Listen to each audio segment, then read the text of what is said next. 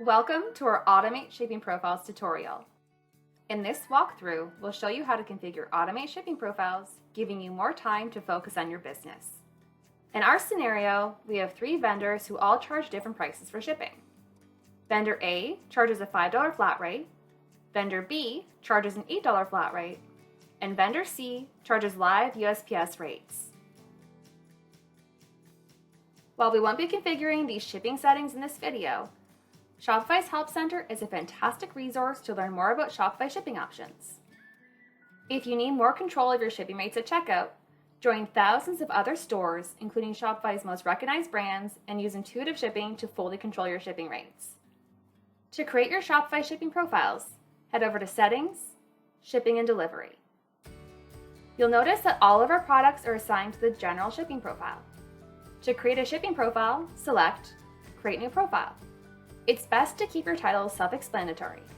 In our case, using Vendor A helps keep us organized. Normally, you would have to go through your list of products and manually assign each product to its appropriate Shopify shipping profile. For stores with a lot of products, this is incredibly time-consuming and introduces human error. Since we'll be using Automate Shipping Profiles, we just need to save a profile and let the app do the heavy lifting. Now, we repeat for each of our other profiles. Next, we'll head over to Automate Shipping Profiles, then to Settings to sync our newly created Shopify shipping profiles. Then, we'll want to create a profile condition.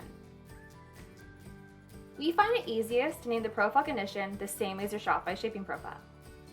Make the status active and leave or adjust the priority as required. In our scenario, our profiles are vendor-based, so our conditions will be based on vendor. Automate Shipping Profiles dynamically loads your vendors from your product settings. Now, we'll assign the Vendor A profile condition to our Vendor A Shopify shipping profile. Click Save, and you're done. Let's repeat this for our other 2 Shopify shipping profiles.